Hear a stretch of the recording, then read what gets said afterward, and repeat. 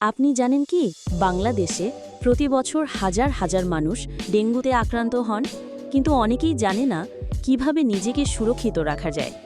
এই ভিডিওতে আমি আপনাদের দেখাবো ডেঙ্গু থেকে বাঁচার সব গুরুত্বপূর্ণ তথ্য। ডেঙ্গু কি, এটি কিভাবে ছড়ায়? ডেঙ্গু হলো ভাইরাসজনিত রোগ যা এডিস মশার কামড়ের মাধ্যমে ছড়ায়। সাধারণ লক্ষণ: হঠাৎ জ্বর, মাথা ব্যথা, চোখের পেছনের ব্যথা, শরীর ব্যথা, ত্বকের লাল দাগ। এডিস মশা দিনে কামড়ায়, বিশেষ করে ভোর ও বিকেলের সময়। পানি জমে থাকা, গাছের পাত্র, খোলা ট্যাঙ্ক এগুলো মশার প্রজননের স্থান।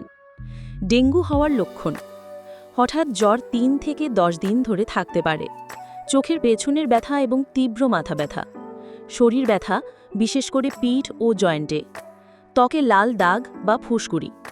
সতর্কবার্তা: যদি জ্বর বা লক্ষণ ৩ দিনের বেশি থাকে অবশ্যই ডাক্তার দেখাতে হবে। ডেঙ্গু প্রতিরোধে 5টি উপায়। ১. ঘরে বা আশেপাশে পানি জমতে দেবেন না। ২. মশারি ও স্প্রে ব্যবহার করুন। ৩.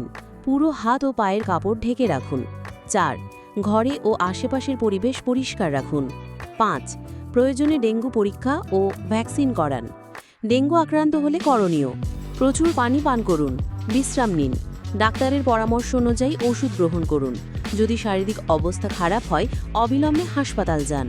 ডেঙ্গু দ্রুত ছড়ায়, তাই সচেতন থাকা সবচেয়ে বড় প্রতিরোধ।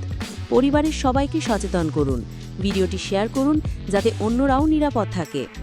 এই ভিডিওটি দেখে আপনারা যদি কিছু শিখে থাকেন তাহলে চ্যানেলটি সাবস্ক্রাইব করুন। আমরা নিয়মিত স্বাস্থ্য ও সুস্থতা সম্পর্কিত টিপস শেয়ার করি। ডেঙ্গু থেকে নিজেকে ও পরিবারকে সুরক্ষিত রাখুন।